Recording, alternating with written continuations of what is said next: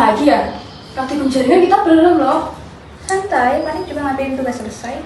Iya. Di rumahmu apa? Laptopku belum connect. Emang wifi? Rumah gua Haji.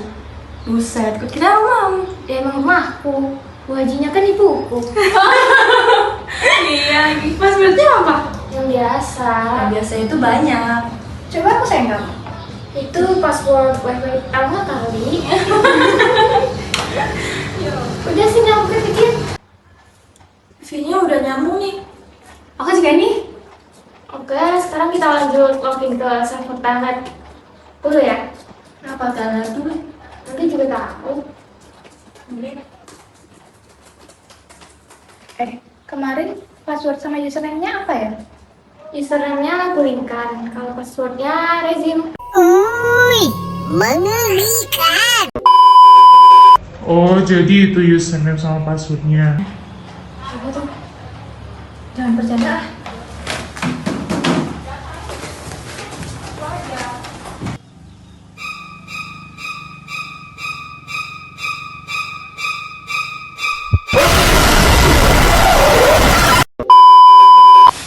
Nyari aku.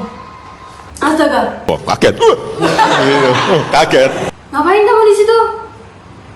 Hahaha, lagi lihat lalu lintas jaringan kalian. Emang bisa? Bisa dong, kalian login pakai telnet. Username sama password yang dikirim itu nggak dienskripsi. Kalau disaldo pakai WSEC, ya juga bisa kelihatan. Serius? Gak percaya?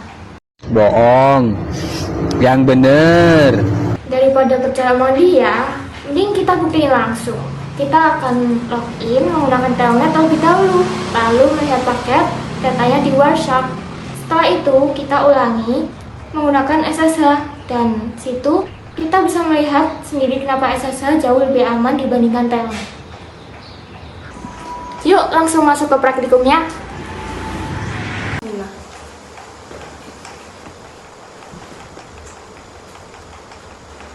Oke, setelah tadi kita sempat curiga ada yang bisa mengetahui komunikasi kita, sekarang kita akan membuktikannya melalui praktikum.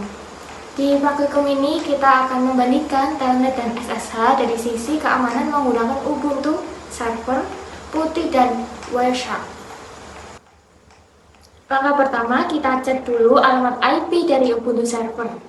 IP ini nantinya digunakan agar komputer Windows bisa terhubung ke server Ubuntu dengan mengetikkan IP app.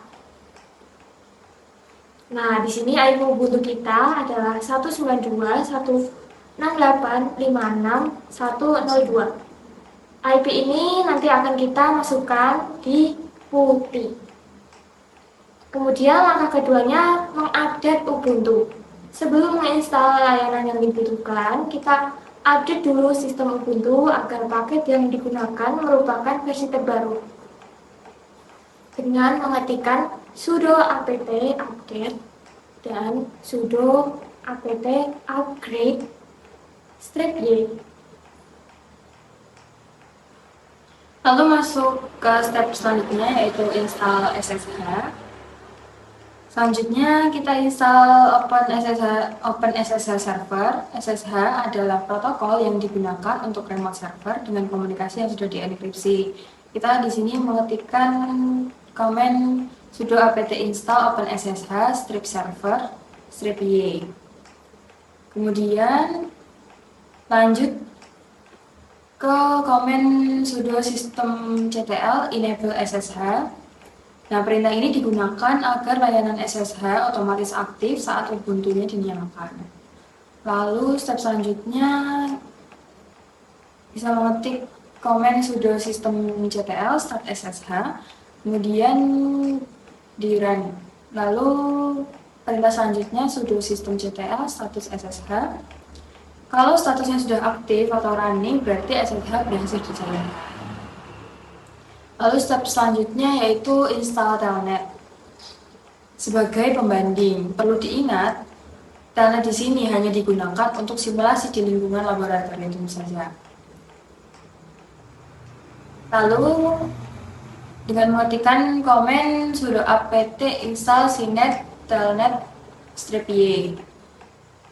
Lalu komen selanjutnya sudo sistem CTL enable sinet sudo sistem CTL start sinet sudo sistem CTL status sinet. Kalau statusnya sudah aktif running, berarti layanan telnet juga sudah siap. Lalu step yang selanjutnya yang kelima, yaitu cek port. Kita cek apakah SSH dan telnet sudah berjalan serta menggunakan port yang benar. Dengan mengetikkan komen sudo ss streptonet grep e dengan port 22 dan 23. Di sini terlihat bahwa SSH menggunakan port 22 sedangkan telnet menggunakan port 23. Kalau diperhatikan, port 22 muncul 2 kali di sini. Ini bukan error. SSH secara default mendengarkan koneksi melalui IPv4 dan IPv6. Sehingga muncul dua listener. Baris IP tersebut menunjukkan SSH menerima koneksi IPv4 dan sedangkan port 22 menunjukkan SSH menerima koneksi IPv6. Sementara telnet pada praktikum ini hanya muncul satu baris di port 23 karena hanya menggunakan satu listener saja. Nah, selanjutnya step ping. Sebelum melakukan remote, kita pastikan dulu Windows dan Ubuntu-nya sudah saling terhubung dengan mengetikkan di CMD ping 192.168.56.102. Nah, kalau muncul reply seperti ini, berarti koneksi jaringannya tuh sudah berhasil. Oke, selanjutnya step WireShark. Nah, sebelum login menggunakan SSH maupun telnet, kita aktifkan dulu WireShark-nya.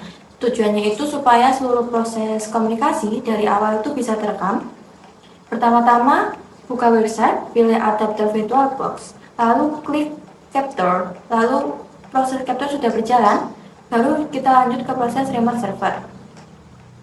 Nah, step selanjutnya yaitu SSH menggunakan PuTTY.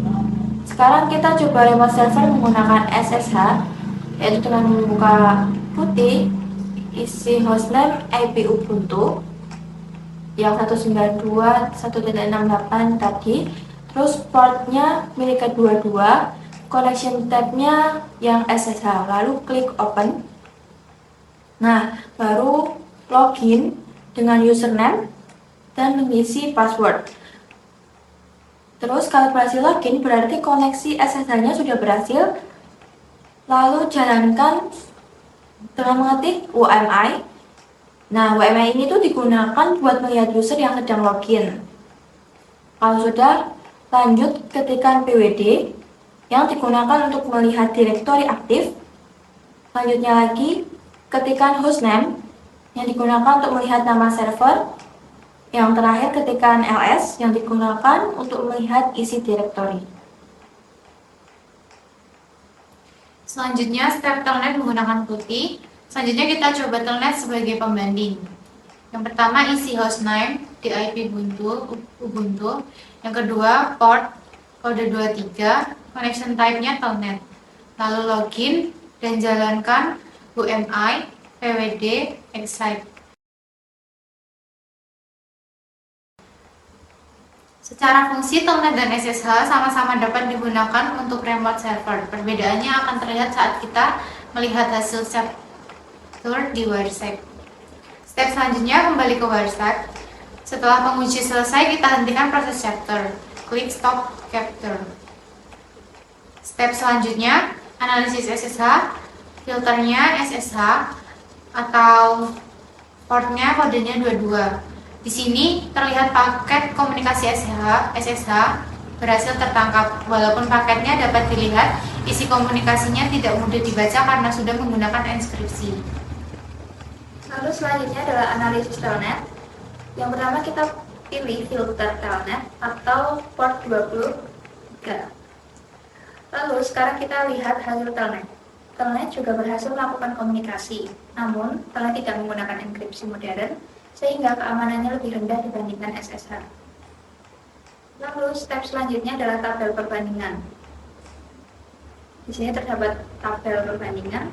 Yang berdasarkan hasil praktikum dapat kita lihat bahwa Telnet menggunakan port 23 sedangkan SSH menggunakan port 22.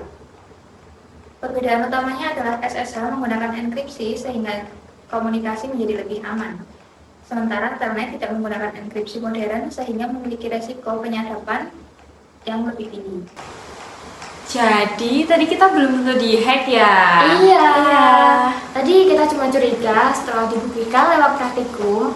Yang paling penting adalah menggunakan protokol yang aman agar komunikasi lebih terlindungi. Nah, terus tuh dari hasil perbandingan tadi tuh SSH pilihan yang lebih aman dibandingkan Telnet ya teman-teman. Sekian video dari kelompok kami. Terima kasih. Terima kasih. Bye-bye.